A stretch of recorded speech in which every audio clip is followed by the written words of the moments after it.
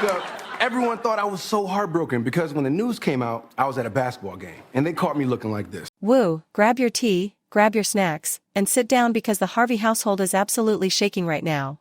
And no, it's not because of another pageant or a new skincare line.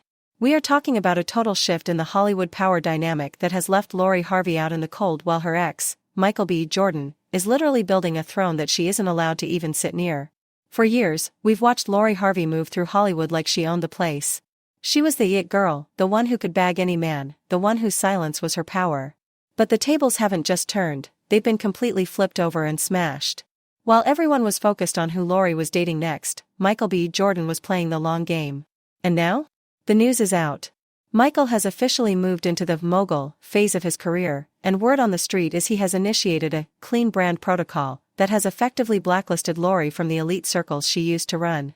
People are saying Lori is spiraling, realizing that being the prize only works if there's a high-value winner willing to play the game. But Michael? He's done playing. He's building an empire, and he's making sure Lori Harvey is nothing more than a footnote in his biography. So, let's get into the meat of this. While Lori was busy being photographed on yachts and courtside at games, Michael B. Jordan was quietly acquiring real estate, production rights, and, get this, a seat at the table of one of the biggest media mergers of 2026. He isn't just Creed anymore, y'all. He is being called the next Oprah meets Jay-Z of the film industry.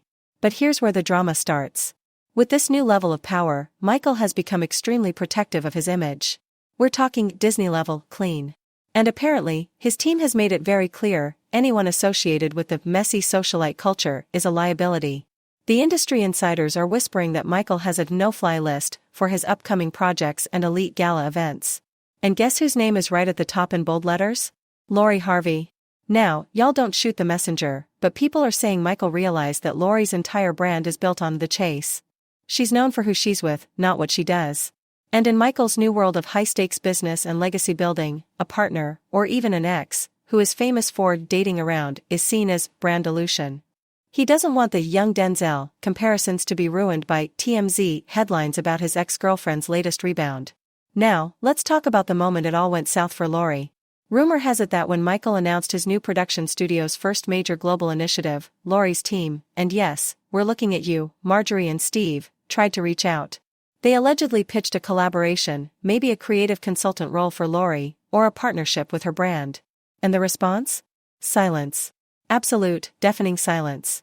Michael didn't even take the call. He didn't have his assistant take the call. The report is that he simply blocked the proposal before it even hit his desk. He's drawing a line in the sand. He's basically saying, you used me for the PR while we were together, but you can't use my empire to save your fading relevance. And let's be real for a second, is she fading? Look at the numbers, girl. When she was with Michael, Lori was the blueprint. Every move was analyzed. But now? She's being dragged into the Diddy mess, she's being linked to people who don't have half the stature Michael has, and the high-fashion brands are starting to look the other way. Without the Michael B. Jordan glow, Lori is just another girl with a pretty face and a long dating resume. We have to talk about the parents, because you know Steve and Marjorie Harvey are behind the scenes trying to navigate this wreckage. Steve Harvey has always praised Lori for how she handles her business, calling her a pro at the dating game. But Steve, honey, the game has changed. The streets are saying that Steve and Marjorie are actually worried for the first time. They spent years cultivating this untouchable image for Lori, teaching her never to show emotion and always to move on to the next big thing. But they didn't account for the big thing becoming so big that he could actually shut doors for her. There's a rumor that Steve tried to have a man-to-man talk with Michael recently at a private event, trying to smooth things over so Lori wouldn't be excluded from certain Hollywood circles. But Michael reportedly gave him the polite nod and kept it moving. He isn't interested in the family ties anymore.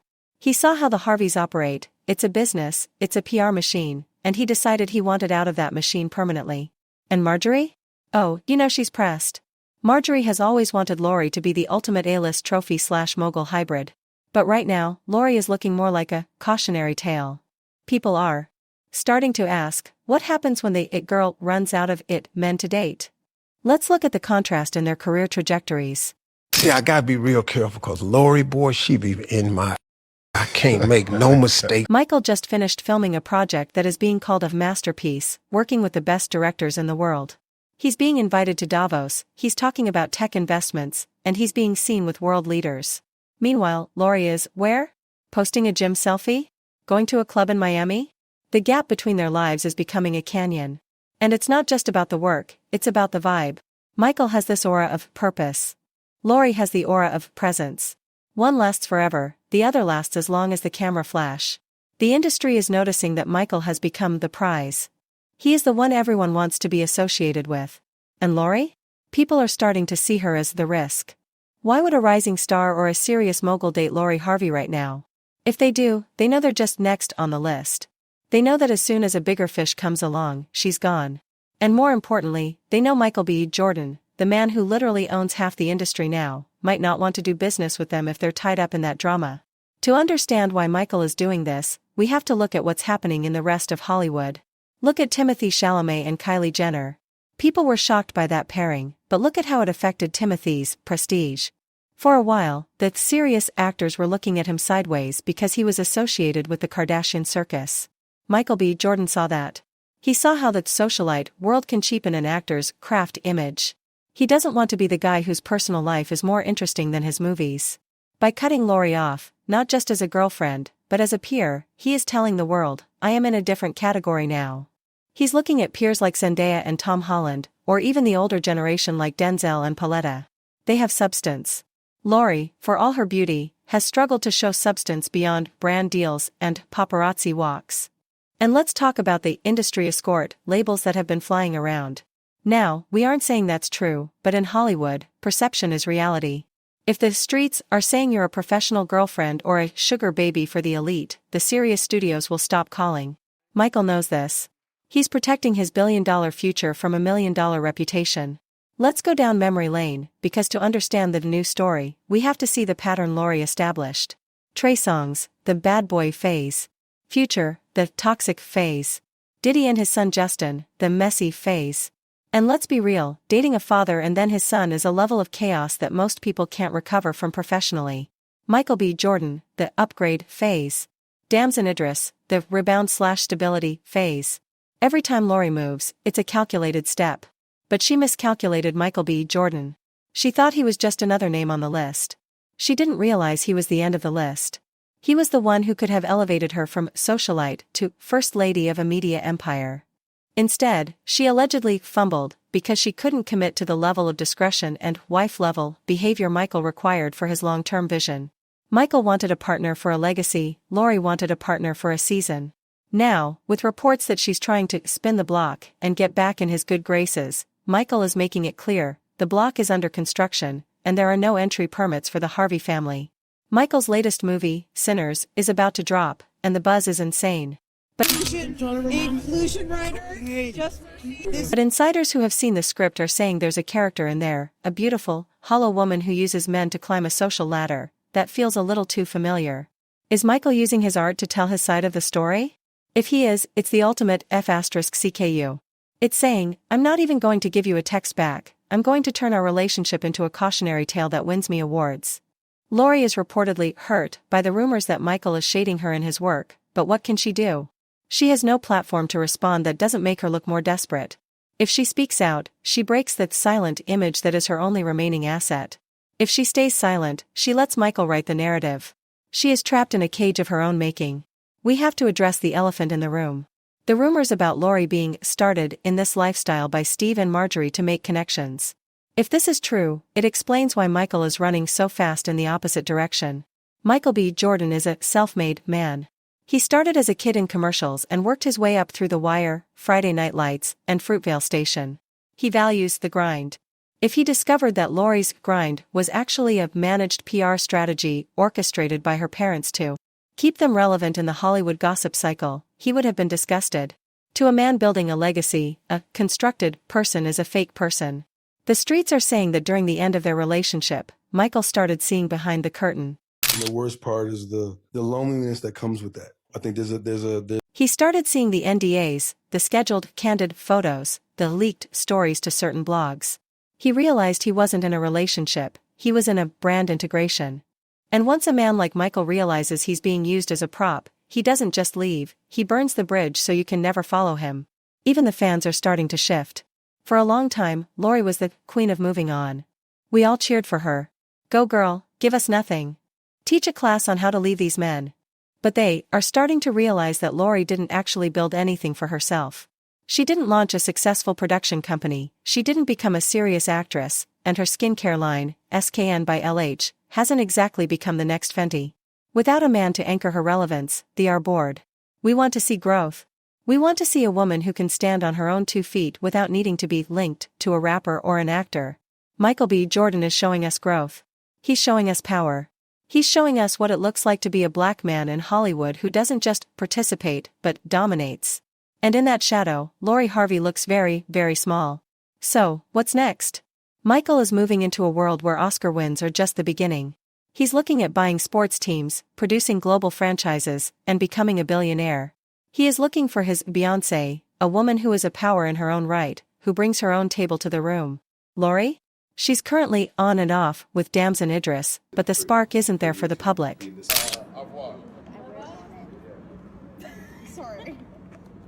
Damson is a great actor, but he doesn't have the megastar energy that Michael has. It feels like a step down.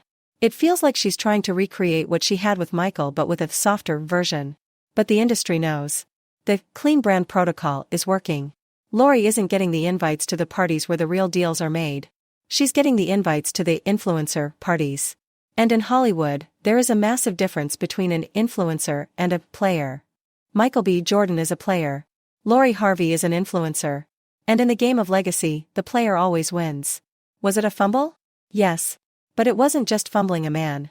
It was fumbling a future. Lori Harvey had the chance to be the woman beside the most powerful man in the new Hollywood. She had the chance to change the narrative from socialite to mogul's partner. But she couldn't let go of the streets. She couldn't let go of the attention that comes from being the it girl of the moment. Now, the moment has passed. Michael is an Oscar winner, a studio head, and a future billionaire. Lori is, well, she's still Lori. And as Michael B. Jordan walks onto the stage of his next premiere, or his next board meeting, he isn't looking back. He's forgotten the texts, he's forgotten the vacations, and he's definitely forgotten the Harveys. He's entered a new trajectory. And Lori? She's still trying to figure out how to stay relevant in a world that has finally moved on from her. Let's talk about Michael's movie Sinners one more time, because this is the nail in the coffin.